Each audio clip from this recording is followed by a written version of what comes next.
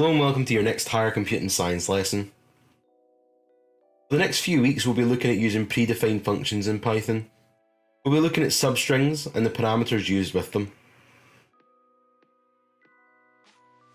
Back in National 5, we made use of predefined functions to work with random numbers and to work with rounding. For example, we used the round predefined function which had two parameters, the number to be rounded and the number of decimal places to round it to. There's an example below where we've rounded the number pi to 2 decimal places.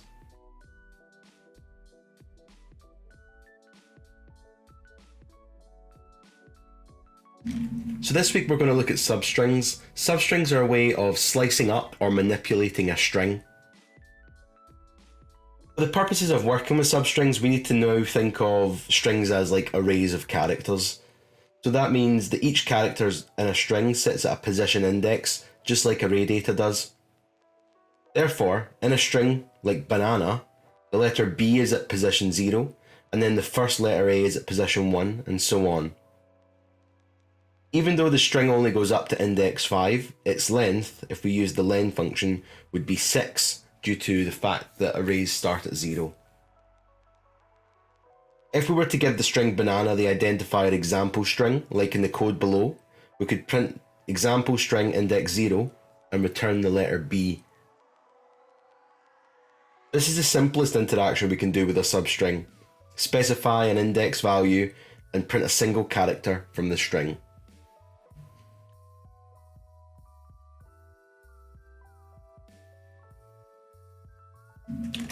Commonly, we won't just work with one index value, but we'll work with a range of them when using substrings. And to do that, we'll use the syntax of the identifier, square brackets, a start point separated by a colon, and an end point, and then closing the square brackets afterwards. Like in the code at the bottom of the screen, we've specified a range starting at index 0 and finishing at index 3.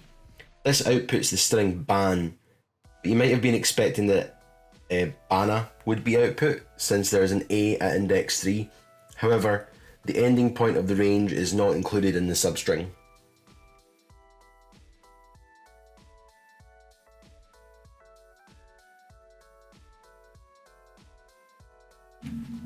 There's an optional third parameter, and that's step. When we use this, it changes the number of letters to step by. The default value of 1 would use every sequential letter, however 2 would use every second letter, and so on. Note if we leave this value blank, it will use the default value as specified in the table here. And the same is true for the other parameters, where start has a default value of 0 and stop has a default value of the length of the string. In the example, we've used the identified example string for banana again. And we've set the start value of the substring to blank and the end value being 5. And we haven't specified a step value, which means it defaults to 1 as well. Therefore, this would output banan as the string.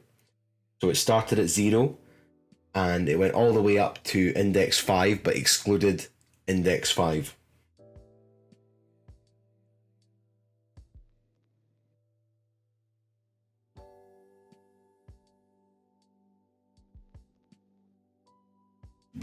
In this example, we've specified the start index of 0, the end index of 6, which is the length of the string, and the step of 1. This would print out the entire string as shown in the output box at the bottom of the screen. In this example, we have specified the start of 0, but left the end blank and not specified a step value at all. This also prints the entire string, because the default value of stop is the length of the string, and leaving out the step value defaults to 1. In this example, we have specified the start index of 1 and the end index of 5, and this outputs the string anan.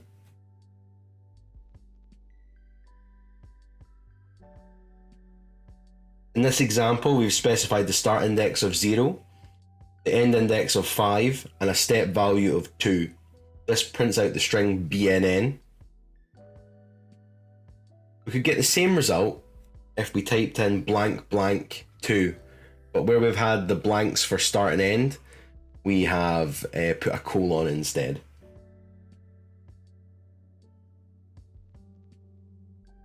Now it's over to you for a task sheet. Log on to Google Classroom and complete exercise 4.1.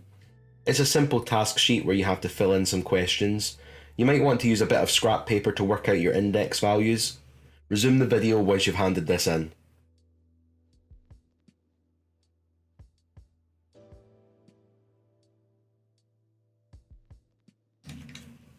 Now I'd like for you to do some practice working with substrings.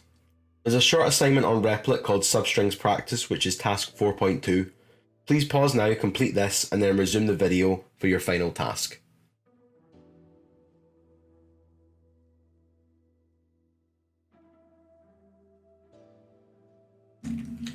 Continuing on with our Harry Potter theme, I'd like you to complete the pseudocode design on Google Classroom for task 4.3. Hand this in and then create the program you've designed on a Replit assignment. You'll find this as task 4.3 on Replit as well. On the pseudocode design, I've given you 3 high-level steps and I'd like you to refine them where possible, please.